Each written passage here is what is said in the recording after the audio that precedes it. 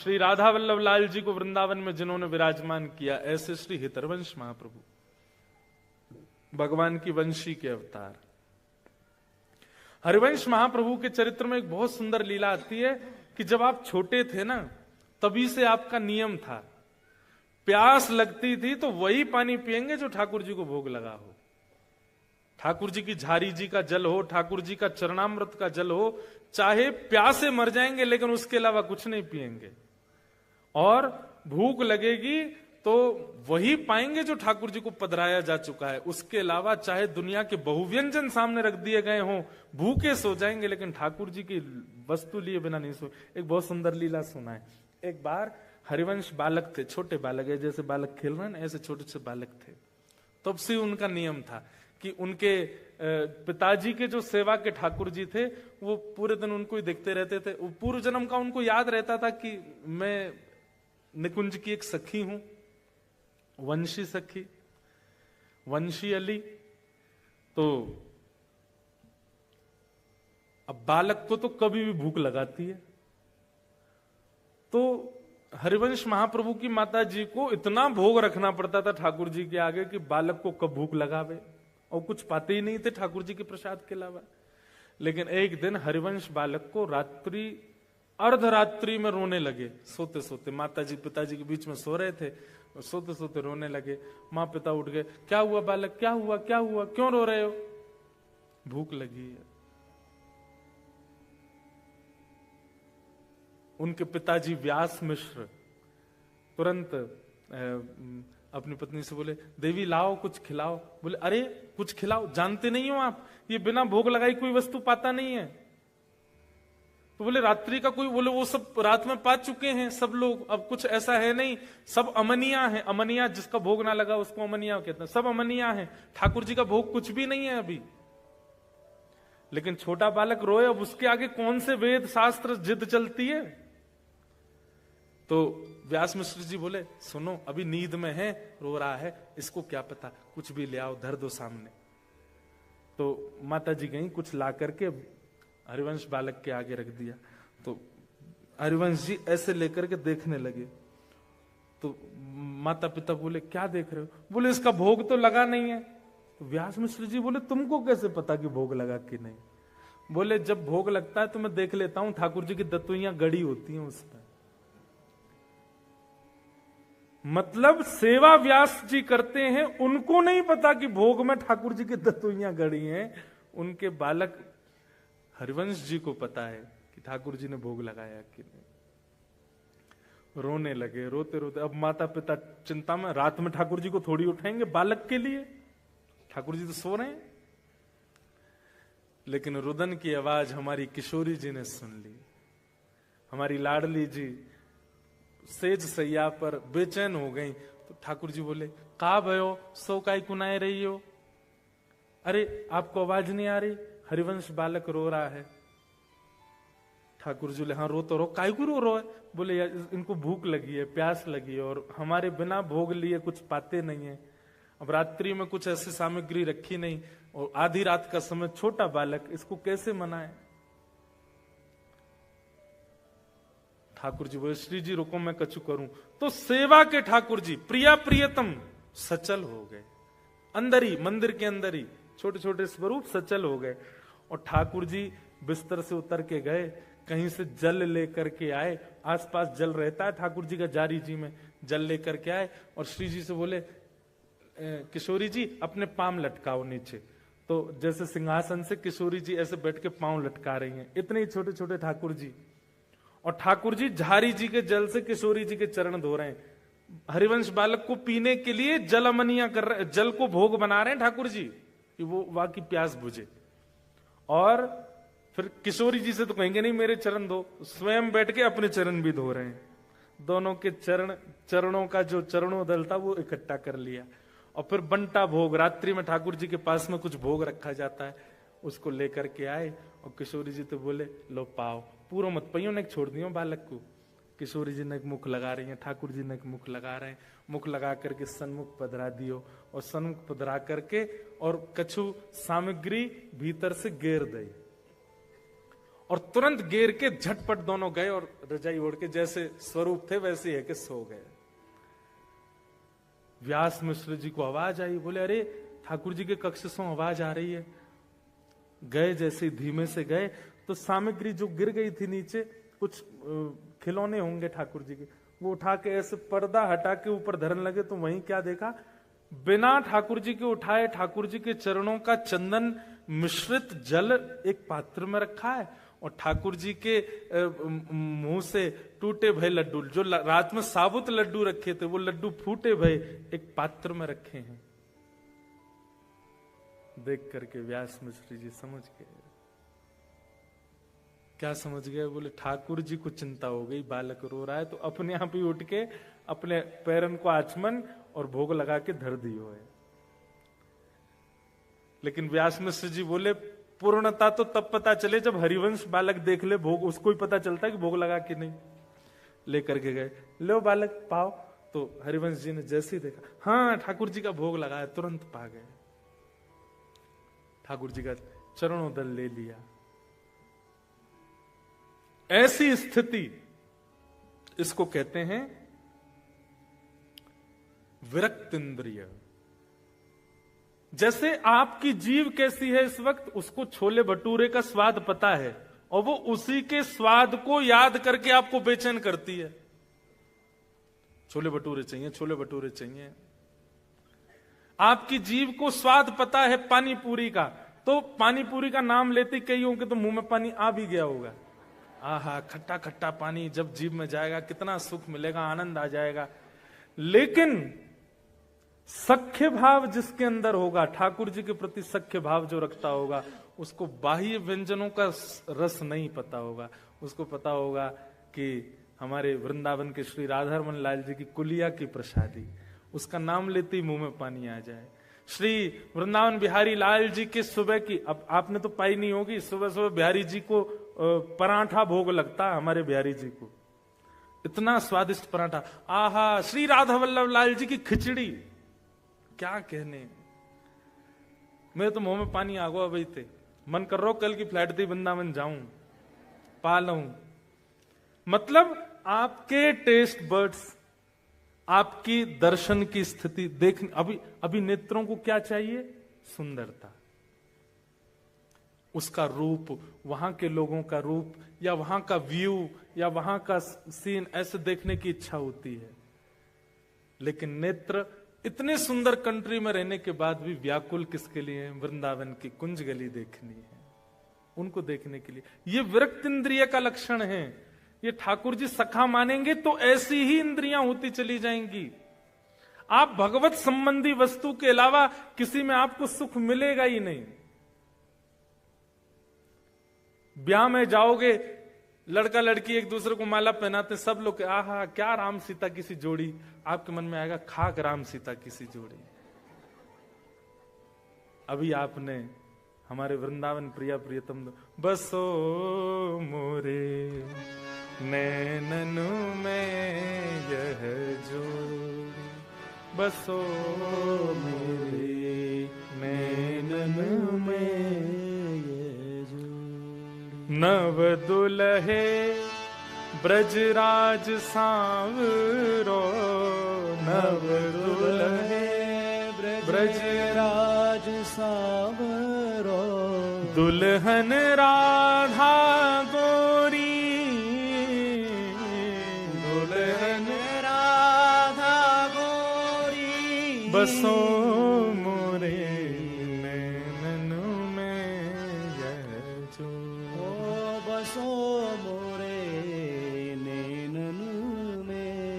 हित हरिवंश करीन्यो छावर, हित हरिवंश करीन्यो छावर, चिरजियो यह जोरी,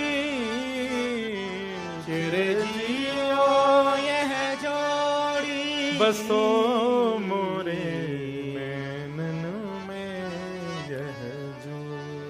बसो मोरे नैनन में यह जो। तो हम क्या निवेदन कर रहे थे? सखा के 3 लक्षण होंगे। पहला विरक्त इंद्रिय, उसकी इंद्रियां केवल कृष्ण रस चाहती हैं।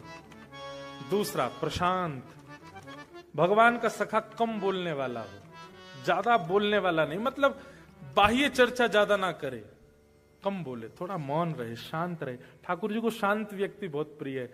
ठाकुर जी को बोलने वाले प्रिय क्यों नहीं है? ठाकुर जी खुद ही बोलता रहेगा, मेरी सुने कोई ना। मुंह को तो सुनवे वारो चाहिए, जो खुद शांत रहे, मेरी सुने। हमारे ठाकुर जी बोलते क्यों नहीं है? हम बोलवे को अवसर ही नहीं दे रहे उन्हें, हम ही बोलते रहते हैं। तो प्रशांत आत्मा। और तीसरा जितेंद्रिय, अपनी इंद्रियों को जिसने वश कर रखा है, जीत रखा है, उसकी इंद्रियां अपनी इच्छा प्रकट नहीं करती, वो जो चाहता है इंद्रियां वही करें। ऐसी स्थिति जिसकी, ये 3 लक्षण जिसमें आ जाएं वो सखे।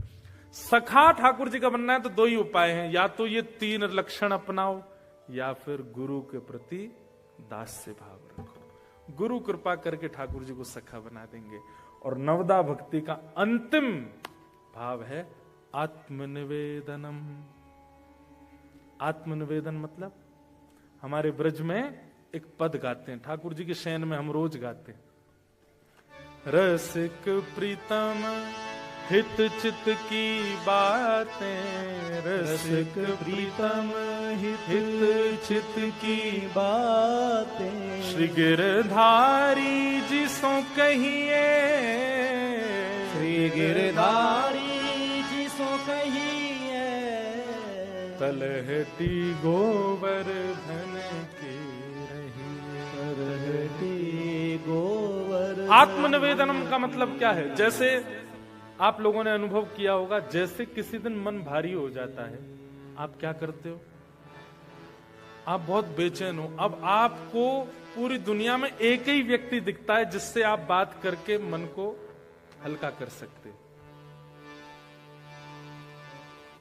अब आप उसको फोन लगाते हो, उससे बात करते हो, अपनी पूरी बताओगे, आज मेरे साथ स्कूल में ऐसा हुआ, कॉलेज में ऐसा हुआ, या जहां भी जैसा हुआ, फिर मन शांत करो। पर आपकी स्थिति क्या हो जाए, आप अपने कॉलेज से, स्कूल से, जॉब से दौड़े सीधे घर के लिए, और तुरंत अपने ठाकुर जी के सन्मुख बैठ करके एकांत में और ठाकुर जी से अपनी सारी चर्चाएं। हमारे श्री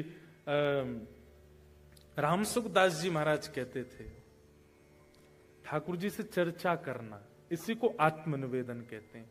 अगर नवदा भक्ति आपके चित्त में, अष्ट भक्ति नहीं आई है, और आप ठाकुर जी से चर्चा करोगे, तो आपके मन में पाषाण भावना ही रहेगी ठाकुर जी के प्रति। लेकिन अष्ट भक्ति अगर आपके चित्त में प्रकट हो चुकी है, उसके बाद जब आप नवम भक्ति प्रकट करोगे, ठाकुर जी से अपने हृदय की चर्चा करोगे, नाथ कुछ नहीं करना, केवल यहां से प्रारंभ करना। कैसे?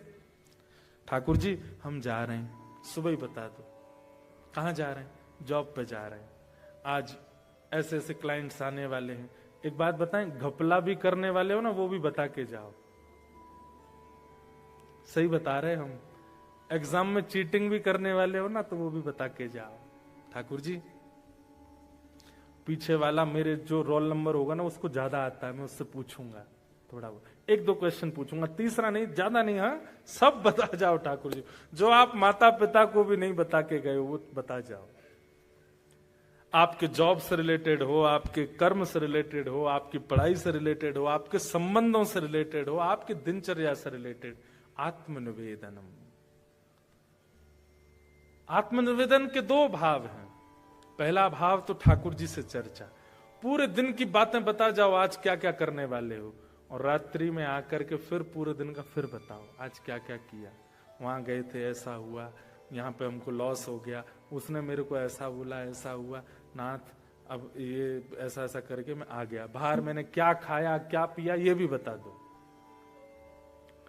हमारे श्री रामसुखदास जी महाराज सामान्य व्यक्ति नहीं थे। भारत की संत परंपरा के धरोहर यदि कहें तो कोई अतिशयोक्ति नहीं। वे कहते हैं कि अपने घर से जाते समय और घर को लौट के आते समय अपने ठाकुर जी से वार्ता जरूर किया करो, और एकांत में, किसी को पता ना चले, बोलो। एक दिन वो आपका नियम ऐसा बन जाएगा कि ठाकुर जी के सन्मुख जब आप आत्मनिवेदन करेंगे तो ठाकुर जी उसका प्रत्युत्तर भी दिया करेंगे। दूसरी बात, आज आप पहले ही बता के गए हो मैं क्या घपला करने वाला हूं, क्या गलत करने वाला हूं, किस पर क्रोध करने वाला हूं, किस पर रोष करने वाला हूं, अपने दोष पहले ही बता करके गए हो, तो जब उस दोष की स्थिति में पहुंचोगे ठाकुर जी कंट्रोल रखेंगे कि वो दोष अतीत में ना हो जाए। अर्जुन ने महाभारत युद्ध का विजय इसलिए बन गया क्योंकि वो एवरीथिंग क्लियर थी उसकी ठाकुर जी के आगे। ठाकुर जी को सब पता था। अर्जुन अपनी इच्छा से कुछ कर ही नहीं रहा है, पहले ही बता दे रहा है ठाकुर जी को, और फिर बताने के बाद ठाकुर जी से कहता मैं ऐसा सोच रहा हूं, अब कंट्रोल आपके हाथ में। सेनयोर भयोर मध्य रथम स्थापयमेच्युत, मेरे रथ को ले जाइए बीच उभय सेना में ले जाकर खड़ा कर दीजिए, मैं ऐसा ऐसा करना चाहता हूं, बाकी इच्छा आपकी चलेगी। करिष्ये वचनम तव, आप जो कहोगे मैं वो करूंगा। आपने अपनी भावना बता दी, अब ठाकुर जी की जिम्मेवारी है उसमें क्या उचित क्या अनुचित ठाकुर जी करवाएंगे। ये आत्मनिवेदन है। आत्मनिवेदन का दूसरा रूप क्या है? ऐसी भावना चित्त में धारण करना कि ये देह केवल माध्यम है, इसके भीतर जो आत्मा बैठी है मुझे उसका उद्धार करना है। समझ रहे हैं मेरी बात को?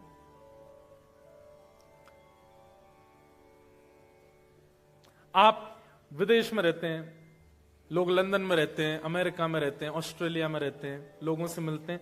हर किसी का उस देश में बसने का भाव नहीं होता, हर किसी का। कुछ कुछ लोगों का नहीं होता है। कुछ लोग किस लिए गए विदेश में कि हम महाराज जी बस इसलिए आए हैं, ये करना है, ये हो जाएगा, हम वापस अपने देश चले जाएंगे। ठीक वैसे ही आप आत्मा हैं और आप इस देह में आए हैं। इस देह को ही पोषण करके, इस देह का ही दास बनके या इस देह की ही इच्छाएं पूर्ति करते हुए नहीं रहना है। इस देह का माध्यम लेकर के श्री राधारमण की प्राप्ति करनी है, वो उद्देश्य है हमारा। क्योंकि हमें पता उनकी प्राप्ति के लिए देह ही है, इसी से ही कर सकते हैं हम। हाथों से करताल बजा के, पैरों से प्रदक्षिणा करके, नेत्रों से देख करके, कानों से सुन करके, मुख से गा करके, हृदय से सद्भावना रख के, बुद्धि से सत्क्रिया करके हमको केवल इस आत्मा को परम तत्व में विलीन करना है। इसको कहते हैं आत्मनिवेदनम। अपनी आत्मा का ठाकुर जी के प्रति, अभी तक आपने लड्डू निवेदित किया, भोग निवेदित किया, 56 भोग निवेदित किया, फूल माला निवेदित की, पर अब आत्मा निवेदित है, मैं आपका हूं। बस इसको आत्मनिवेदन कहते हैं। तो आत्मनिवेदन के दो स्वरूप हैं। एक स्वरूप तो चर्चा, वो भक्ति का स्वरूप है, और आत्मनिवेदन का दूसरा स्वरूप कल्याण का स्वरूप है।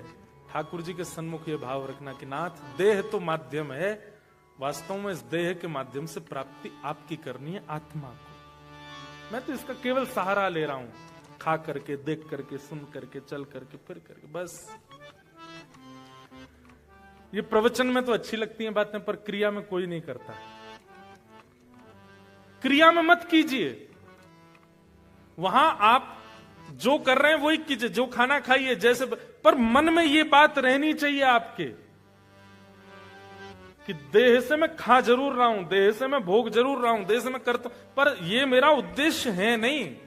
उद्देश्य भगवत प्राप्ति, इसी को आत्मनिवेदन कहते हैं।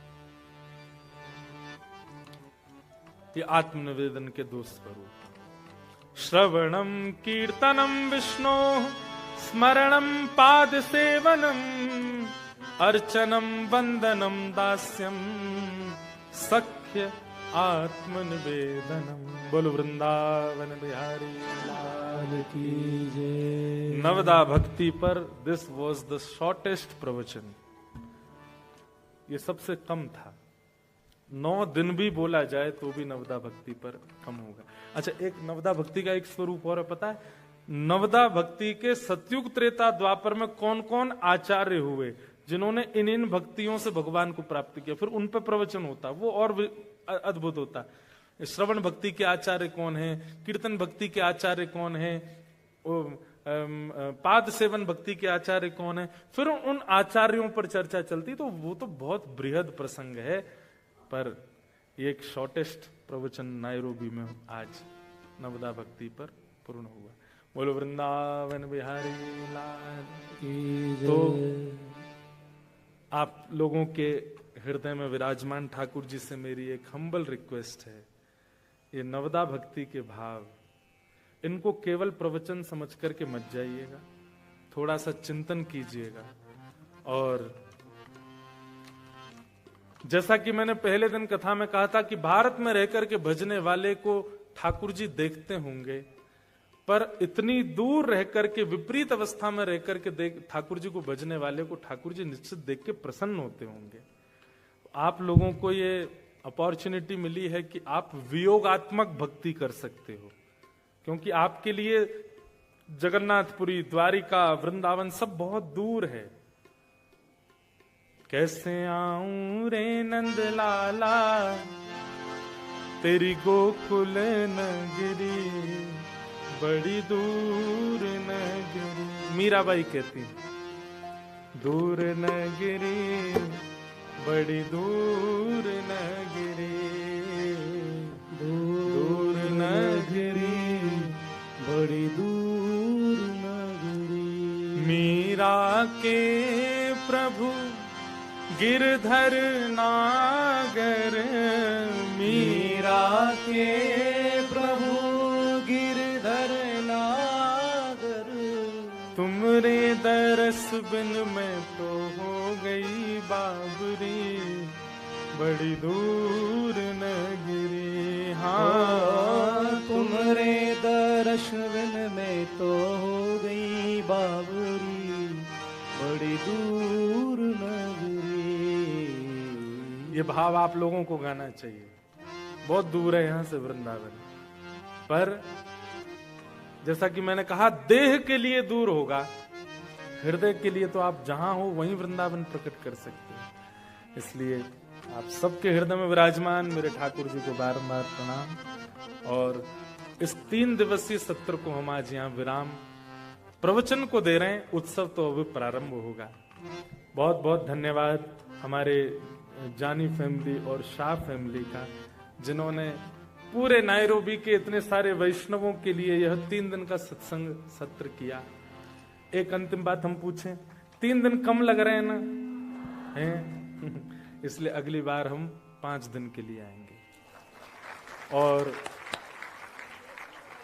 हैं? क्या 7 नहीं, हम 5 दिन कथा करेंगे, फिर बाकी के दिन चुपचाप घूमेंगे। आप लोग यहाँ आकर के बसे हो तो आप लोगों का फायदा क्या लेंगे? हम आपके घरों में रह के यहाँ घूमेंगे भी, थोड़ा अपने लाल जी को घुमाएंगे भी। तो 5 दिन का सत्र है और डेट भी लगभग सुनिश्चित है। एक कथा को विश्राम करके यहाँ का सत्र दिया गया है। कौन सी डेट थी? 5 मार्च से लेकर के और 10 मार्च तक, 5 to 10 मार्च 2026। आप सब लोग तैयार रहिए, अभी से ही तैयारियों में लग जाइए।